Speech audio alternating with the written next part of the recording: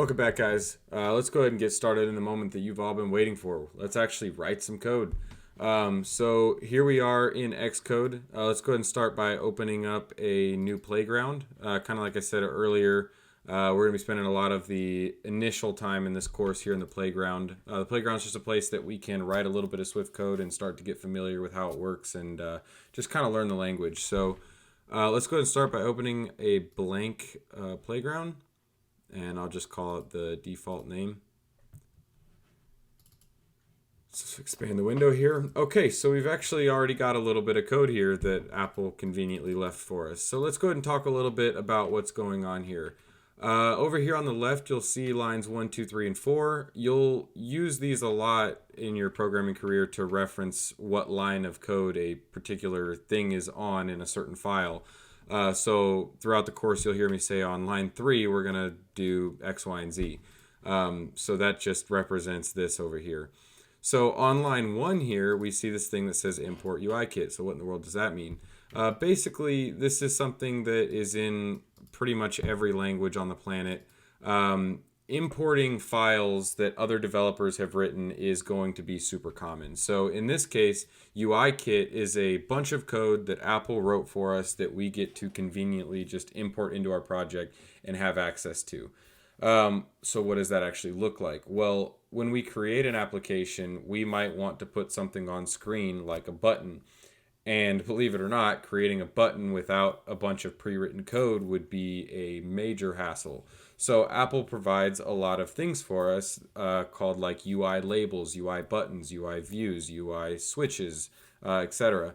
So that is what importing UIKit gives us access to. Now, while we're sitting here in the playground, we're obviously not going to be adding labels or buttons to an application because that's not what the playground is. The playground is not a place to create an application. It's just a place to just mess around with Swift. But for now, we'll go ahead and just leave this. Having access to all of the UIKit stuff doesn't hurt anything. And there's a bunch of convenient little things that they provide to us that you'll be learning a little bit more about later. So now let's go ahead and jump down to line 3. Oh, by the way, you might notice that here on line 2 there's a little bit of space, and you might be wondering why. The space actually doesn't mean anything. The space could not be there, or it could be there, and it would mean the same thing, or we could have a bunch of different spaces. It doesn't really matter.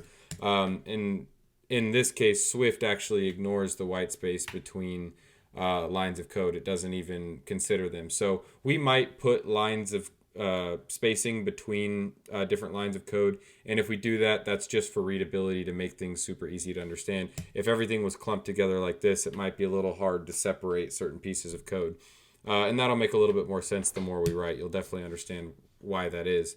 So let's go ahead and jump down to line 3 then. We've got this thing here that says var str equals hello playground. So let's break this down into pieces here.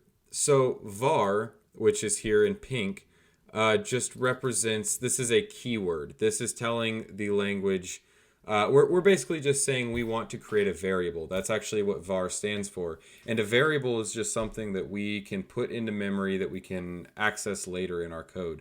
And this could be literally anything. This could be the name of a person, the age of a person, maybe the name of a car, or the horsepower of a car. I mean, it could literally be anything. A variable is just anything that we want to put in our code that represents anything. I mean, this will make a little bit more sense as we start writing some code too. So str here is the name of the variable. So if we ever want to reference this thing again, we could just call str in our code, and the language will know what that means. So if I just click the play button here, for example, over here on the right, you'll see that it says hello playground, and that's because I just referenced this variable. So we'll go ahead and remove that for right now. So we want to name this variable str, and we're going to set it equal to, this is called a string, called hello playground. And a string is just anything with text. So let me actually pull up an example here. I want this to feel very real world. So if I open up Google here, and let's go ahead and type in mobile app. And let's go to images. So we could see a couple of mobile apps here. Let's find a good example, maybe this one right here. You could see if we zoom in here, there's a bunch of strings in this application. So celebrating cultures is a string, digital literacy is a thing, English the Lake Poets is a string, course overview is a string. So basically anything with text is a string. Any piece of text in code is a string. So here our string is hello playground. So let's make this code a little bit more personal to us. Let's go ahead and rename this variable first name. So now the name of this variable is first name, and let's set it equal to your first name. So my first name is Cole, so let's go ahead and put that here. Okay, so now we have a variable in memory that represents our first name. Let's go ahead and create another one. Let's say var last name equals, and then you can go ahead and put your last name. So my last name is James. So we've got first name Cole, last name James. You could probably start to visualize some examples of how we could use this. So that's cool. So now we've got all these different variables that we're storing in memory, and you can see over here that the playground is aware of these variables now. So now let's say that we wanted to combine these variables into one variable. This is a very common thing.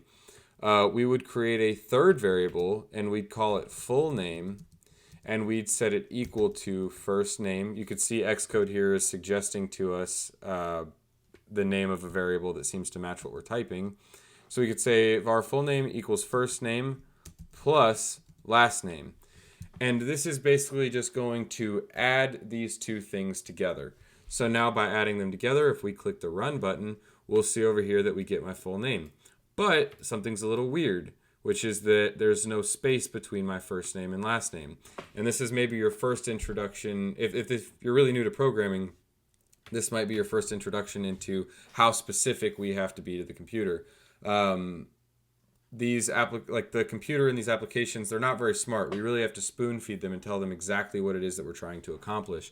So in the case of this example, if we wanted the full name to have a space between the first name and last name, we might do something like this. We might say first name plus, and then we would create another string, with a space in it, and then we would add the last name. So now we're going to be adding first name, which is Cole, then we're going to add a space, and then we're going to add the last name, which is James, or whatever your name is if you put that there. So now you can see that fixed our problem over here. We've got Cole space James. So this is cool, but this is actually not the recommended way to combine strings together in Swift. This way of combining strings together is called concatenation. And you can do this, and there's really nothing wrong with this. It's just not the recommended way to do it. It just seems to make a little bit more sense because we're just adding pieces of text together. But instead of doing that, let's actually do this the preferred way. Let's go ahead and erase that, and let's start with a string here. So a string, if it hasn't become clear already, is always put inside of these double quotes. We could not just put full name equals Cole. That's not going to make any sense, and the compiler's not going to understand what that means because it thinks that Cole is a variable because we haven't put it in string. So it's looking for another one of these that's called Cole, but that doesn't exist. So to make this make more sense, we need to put these double quotes, and then whatever we want as the text we put inside the double quotes. So now what we're going to do here, the preferred way of combining strings is called interpolation. And these terms don't really matter. Don't really stress too much about memorizing what they mean. We're going to be writing a lot of this over and over again, and with repetition, this will definitely just start to sink in with you. So to interpolate is to insert string variables like this one or this one into a double quoted string. And to do that, we use the / key, and then we put two parentheses, and inside of the parentheses we're going to put the name of the variable that we want to inject into this string. So we've got that. Now if we go ahead and run this code, we're going to see that this just now equals Cole because we injected that variable into here. Now if we wanted to add the last name, instead of having to put plus and then add a space character and do all that, we could just put the space right here, and then we're going to put another / followed by parentheses, and put last name in here.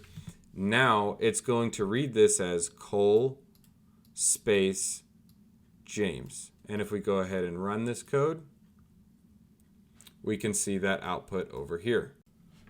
So now let's actually get a little bit more fancy. We didn't get into coding just to write our name on the screen. We want to get a little bit more personalized. So now that we have the full name, let's go ahead and create another variable. And instead of this being a string of text, let's just go ahead and make it an actual number. So to do that, we'll put var age equals, and then let's say we're 80 years old. So var age equals 80. So for a number, we don't actually have to put that in quotes because it's not text. It could be text, and if we did put it inside of quotes, then this would be actually a piece of text that says 80, but that's not what we're going for. We actually want a physical number. So let's say var age equals 80, or you can put whatever number you want there. So now, if we go down, let's interpolate another string, and let's just call it sentence. So var sentence equals, and let's put those quotes. Now we've actually created an interpolated string called full name, but we can actually inject that interpolated string into another interpolated string. So to do that, let's go ahead and put the backslash. Let's go ahead and put those parentheses here, and let's put full name. So now, as of this point, sentence essentially equals the same thing as full name. But let's go ahead and add some text here. So we'll put full name is space. We'll do this again, and we'll put the age. So now we're going to inject the age here. That's the cool thing about interpolation, is the language is smart enough to basically convert that age, which is a number, into text. So as of right now, if we go ahead and run this, it's going to say Cole James is 80. And let's go ahead and get a little bit more specific, and let's put is 80 years old. And if we run that, now we can go ahead and see that. So, I mean, you could sit here and play around with this a little bit if you want and kind of just see what you can come up with, but I'm sure you can start to see all of the applications that we could do with this. There's definitely many times that you're going to want to personalize something to the user in your application by saying, like, maybe, hi Jim, thanks for signing up. And you could do that with string interpolation. This is going to be a very common thing for you in your application. Okay, so one more thing before we go ahead and wrap this up. Let's go ahead and try one more little thing. So let's go ahead and delete these last two lines for a second here. And let's come back and focus on this. So let's go ahead and actually put a lowercase c and a lowercase j. And if we go ahead and run that, we'll see here that you get exactly what you'd expect, Cole, James, and all lowercase letters. Now, users can be pretty silly sometimes, and they can do things that we don't want them to do. In a perfect world, when the user enters their name, we wish that they would put it in correctly and capitalize their first and last name. But as you'll soon learn as an app developer, users never do what you actually want them to do. So sometimes we have to help them out a little bit. So we've got access to some cool tools with strings that we can use to help these people out. So if we go down to the next line and we put full name dot capitalized, we are accessing a property of the full name string. And we do that with dots. So dots will be used all throughout the language to reference properties of different objects in our code. So if we put full name dot capitalized, that is going to basically fix this for us by capitalizing the first letter of each word in the string. So that's pretty cool.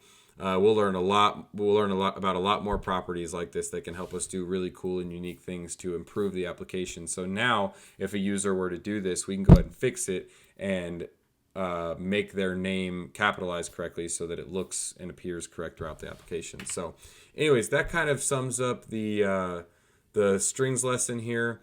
Go ahead and just play around with this for a little bit and try to come up with all sorts of unique examples. There's definitely many applications for these.